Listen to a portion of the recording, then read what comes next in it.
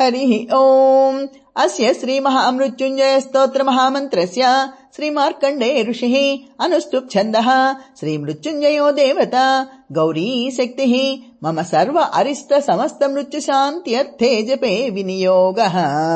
ध्यानम् चन्द्रार्काग्निविलोचनम् स्मितमुखम् पद्मद्वयान्तस्थितम् मुद्रापाशमृगाक्षस्रक्पविलसत्पाणिम् हिमांशुप्रभम् कोटीन्दुप्रगलत्सुधाप्लुततनुम् हारादिभूषोज्ज्वलम् कान्तम् विश्वविमोहनम् पशुपतिम् मृत्युञ्जयम् भावये। ॐ रुद्रम् पशुपतिम् स्थाणुम् नीलकण्ठम् उमापतिम् नमामि शिरसा देवम् किं नो मृत्युः करिष्यति।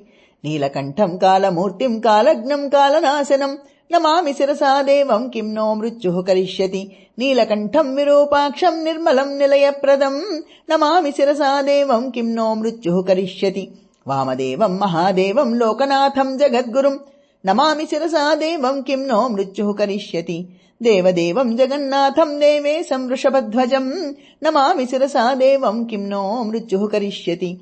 गङ्गाधरम् महादेवम् सर्वाभरणभूषितम् नमामि शिरसा देवम् किं नो मृत्युः करिष्यति। त्र्यक्षम् चतुर्भुजम् शान्तम् जटामकुटधारिणम् नमामि शिरसा देवम् किं नो मृत्युः करिष्यति।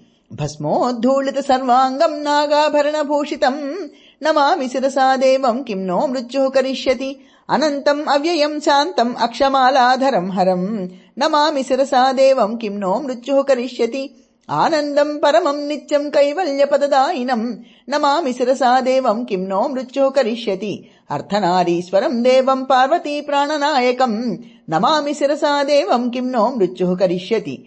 प्रलयस्थितिकर्तारम् आदिकर्तारम् ईश्वरम् नमामि शिरसा देवम् किं नो मृत्युः करिष्यति। व्योमकेशम् विरूपाक्षम् चन्द्रार्थकृतशेखरम् नमामि शिरसा देवम् किं नो मृत्युः करिष्यति। गङ्गाधरम् शशिधरम् शङ्करम् शूलपाणिनम् नमामि शिरसा देवम् किं नो मृत्युः करिष्यति।